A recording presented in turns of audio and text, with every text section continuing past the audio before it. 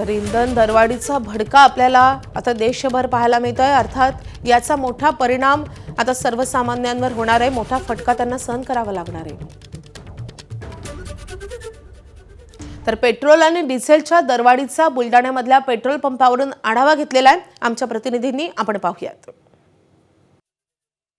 इंधन टंचाईचा खरं तर मार आणि त्यातून दरवाढीचा भार असं काहीसं चित्र बुलढाणा जिल्ह्यात आज सकाळपासून आपल्याला दिसत आहे।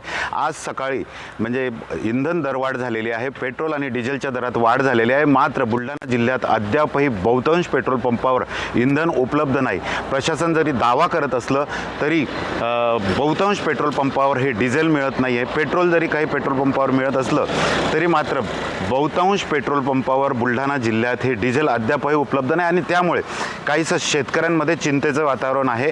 खरं तर पावसाळा तोंडावर आलेला आहे आणि त्यामुळे मशागतीची कामे खोळंबलेली आहेत, त्यातच दरवाढ सुद्धा होत आहे। आज सकाळपासून पेट्रोल इंधनाची दरवाढ झालेली आहे आणि ती दरवाढ नेमकी काय झालेली आहे आपण जाणून घेऊया। पेट्रोल पंपाचे संचालक आहे।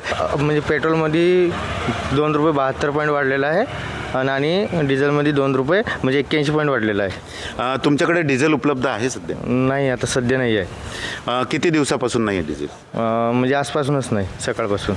डिझेलचा पुरवठा कसा होतो, सुरळीत होतो का कसा? सुरळीत नाही होत म्हणा। कसं आहे, आता आपण आणलं म्हणजे लवकर ते खतम होऊन जाते।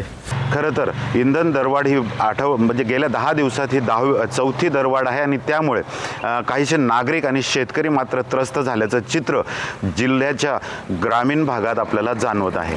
कॅमेरामन शांतारामसह डॉक्टर संजय महाजन, ABP माझा, बुलढाणा।